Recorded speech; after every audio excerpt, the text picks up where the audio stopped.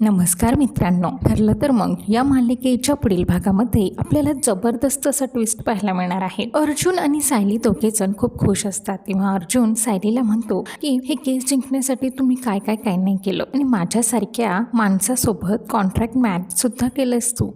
तेव्हा लगेच सायली म्हणते की माझ्यासारख्या माणसाशी म्हणजे आणि माझ्या नवऱ्याला काही बोलायचं नाही, हा खपवून नाही घेणार मी, असं म्हणून ते दोघेजण हसू लागतात. पुढे सायली म्हणते की मी आनंद तर साजरा करतेच आहे की, फक्त केस जिंकल्याचं नाही, प्रियाचं भांड फुटल्याचा आणि आपल्या घरातला सगळा खोटेपणा अगदी निघून गेला. तेव्हा लगेच अर्जुन खुश होत म्हणतो की हो, खरंच हे बरोबर आहे आणि आता फायनली आपण आपल्यावर फोकस करू शकतो. आणि सायली म्हणते की हो, आपल्या संसारावर, आपल्या घरावर सुद्धा. आणि पुढे सायली म्हणते की आता मला पूर्णाजीच्या औषधांच्या वेळा सुद्धा जपता येतील आणि अस्मिता ताईंचे डोहाळे सुद्धा पुरवता येतील. हे बघतात सायलीचे बोलणं ऐकून अर्जुन मात्र डोक्याला हात लावतो आणि सायली तिथून निघून जात असते. तेव्हा लगेच अर्जुन तिचा हात धरतो आणि तिला म्हणतो की मग नवऱ्याचं काय, त्याच्याकडे लक्ष देणार आहेस की नाही. पुढे सायली म्हणते की नवऱ्याकडेच तर 24 तास लक्ष असतं ना, आणि आता फक्त थोडा वेळ मी खाली जाऊन येते आणि मग मी इथेच येणार आहे तुमच्या जवळ, असं म्हणून सायली तिथून निघून जाते. आणि अर्जुन मात्र खूप खुश होतो आणि तो मनात विचार करतो की सायलीला सगळ्यांसाठी जेवणाला फोर्स करणं खूप मोठा टास्क आहे, पण मला माहिती ती करेन मॅनेज, असं म्हणून अर्जुन मात्र खूप खुश होतो. आणि त्यानंतर ना सायली सगळ्यांना जेवायला घेऊन येते आणि म्हणते की प्रियामुळे सगळ्यांना किती मनस्ताप होतोय ते माहितीये मला, पण तिचा राग तुम्ही असं जेवणावर काढू नका